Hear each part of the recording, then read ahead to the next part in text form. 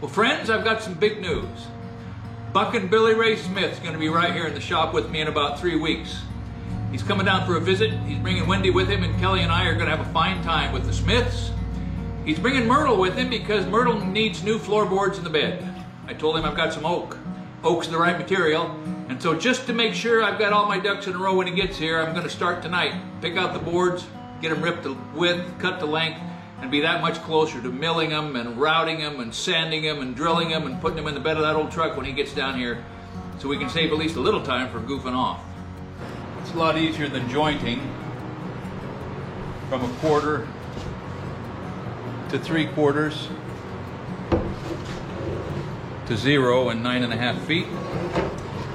Straight liner, I don't know what else it's called. Works good. Let's see if I need to do it to the other side.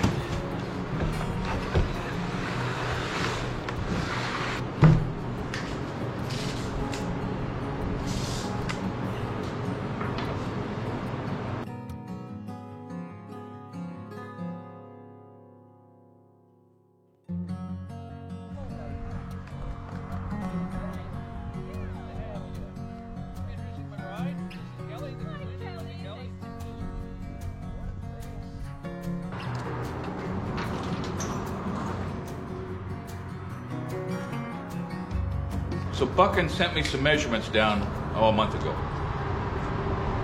And I've got the boards ripped to width plus, and I figured out the process for putting the grooves in the edges. I think what I've got to sort of deal with is there are some holes drilled in these things to receive, I don't know what, some sort of a boss connection down to the cross members. 1, 2, 3, 4, 5, 6 of them. Going to take a pretty good hole, drilled exactly right. So we're going to be a little cautious taking these things out because it would be nice if the board made its own template, but some of these things are pretty far gone. That's beautiful. So this old girl has lived within spitting distance of salt water her whole life. Have I got that right? You do so. So when you're close to the ocean, things are going to rust. And so these carriage bolts that are holding these I'll call them trim strips, down, Buckin oiled them up, WD-40 penetrating oil weeks ago, but they're just not gonna let go. But I'll tell you what, there ain't nothing like a hot wrench to take something off that thinks it's tough.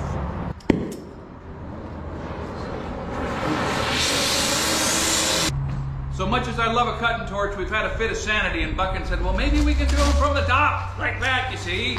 And so we just put a cutting disc on the DeWalt, and we're gonna just work from the edge, cut them off. Any that we can't get like this, we'll go ahead and burn just because we love the heat. And it's an option. It's an option.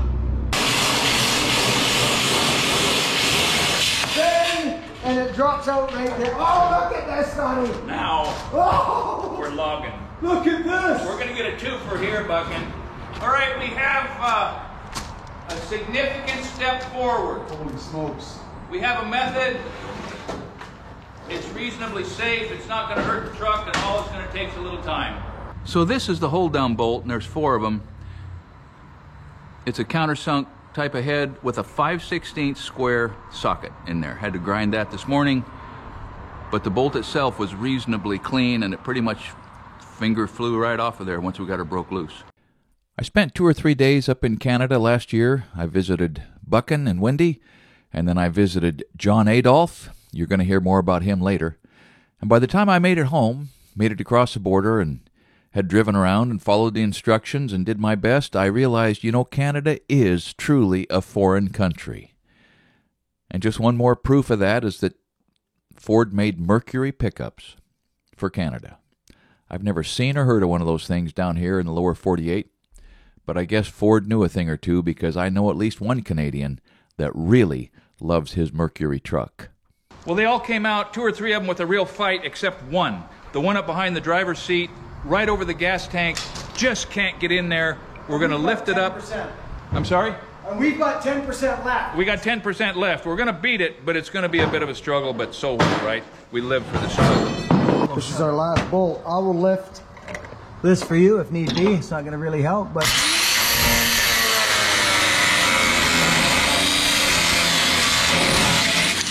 Well, how do you like that? I loves it so much. Well, we've got it torn apart, and Buchan's out there cleaning up the mess on some of the ribbons and pulling out the last of the bolts, and we think we have a process that might actually work. Hopefully, we will not find that we've painted ourselves into a corner when we get right down to the last part of this. But for now, I'm taking these from 13/16, which is where they're at, down to the net 3/4, which is what the factory boards want. Here we go. So I'm pleased to report that the blind dogs have been finding lots of bones out there today, and the boards are fitting, and the rips and the milling on the edge, and we don't have any complaints, do we, Buchan? I haven't one. Myrtle might have a couple. Yeah, Myrtle's a little the worst. Myrtle got cut. Yeah, but it wasn't me. No, well, it wasn't. It was me. So anyway, this is really the last cut we've got to make on a piece of oak. We might route a couple edges, and we're going to put some linseed oil on these exposed dados and that sort of thing. But in general, it seems to fit, and I think we're going to walk away winners. We dry ran it. We dry ran it. And it was the most complete. We'd seen it the whole, and we did get a little excited.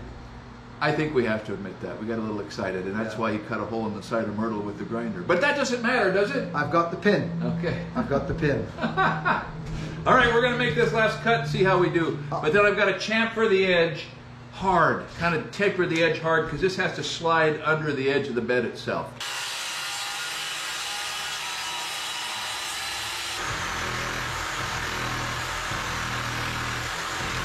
Well, that's great.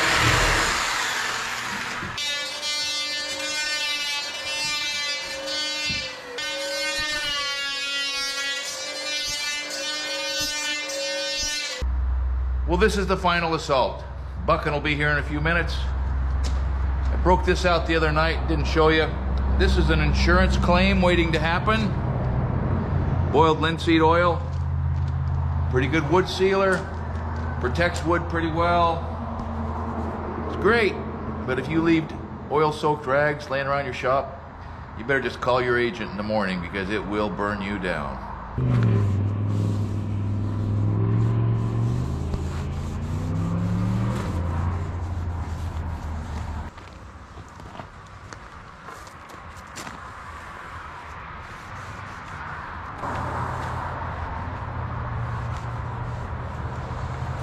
So a lot of my testing and product analysis is superficial and incomplete.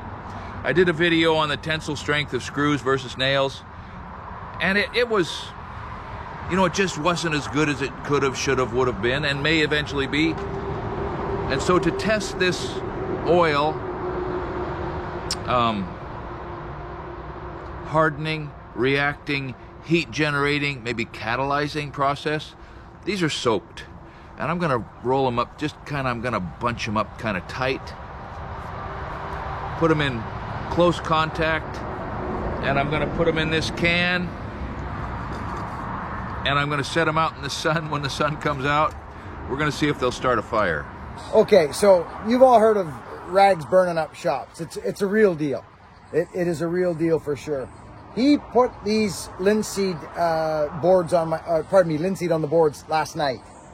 This right here is hot. Like super hot. It was soaked with linseed oil. I watered it up. I put it in the bottom of a can. That was actually did this morning, and so I did that about 9 o'clock this morning, and it's 4 in the afternoon. So it's 7 hours. It's just getting hotter and hotter and hotter. And when I first unwrapped that, it was uncomfortable to hold, right? So I could visualize that if that was in there all night, you might have a problem. So be careful with your linseed oil. It's truth. It's the truth.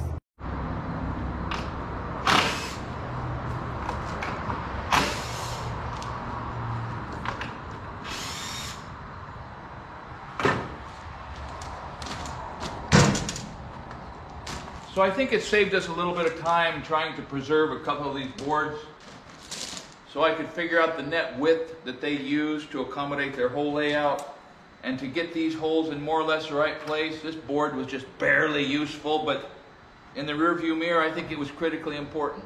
Of all the projects I've done in this shop, I think this is the one that utilized the highest number of tools from every different trade or craft that I have mastery of. I mean, it was oak, so we're drilling and we're routing and we're cutting and we're planing, and it was cutting steel and welding. I had to fabricate a new bolt connection. I didn't even show you that. And it just went on and on and on. There were nuts to be heated in order to break them loose. There was just, I can't even tell you, there were jigsaws and fine saws and routers, and it was terrific. We had to jack the truck up. We had to use the crane. We had to use drop cloths, and it was everything. And it's still all over the shop. I don't know when the shop's going to be put back together, but it was worth it. It was worth it. Pretty interesting. So we had a couple, it was kind of a three-phase deal. The demolition went right ahead, and we were able to preserve just enough of what we took out to help us, and that's a relief. And then we kind of hit the wall because there was some uncertainty about what do you commit to so that when you're halfway bolted down, it still fits. And then the fog kind of cleared. It did. We did. You're right about that. There was a couple of moments, wasn't there? Yeah. And I know that the way they built this truck was interesting with those floating middle ribs that come across the... Yeah. And how it's not against the frame. It's with nowhere. those blocks. Yeah. I know a guy who's really big into these bump sites, but he's never dealt with... This is a 9-foot box, friends. It's not an 8. This is a rare truck. And I asked him, and I thought he'd be the guy to know why they did that. He did not know, because he's never dealt with a 9-foot bed. Interesting. So, I mean, this was a really interesting project. It was.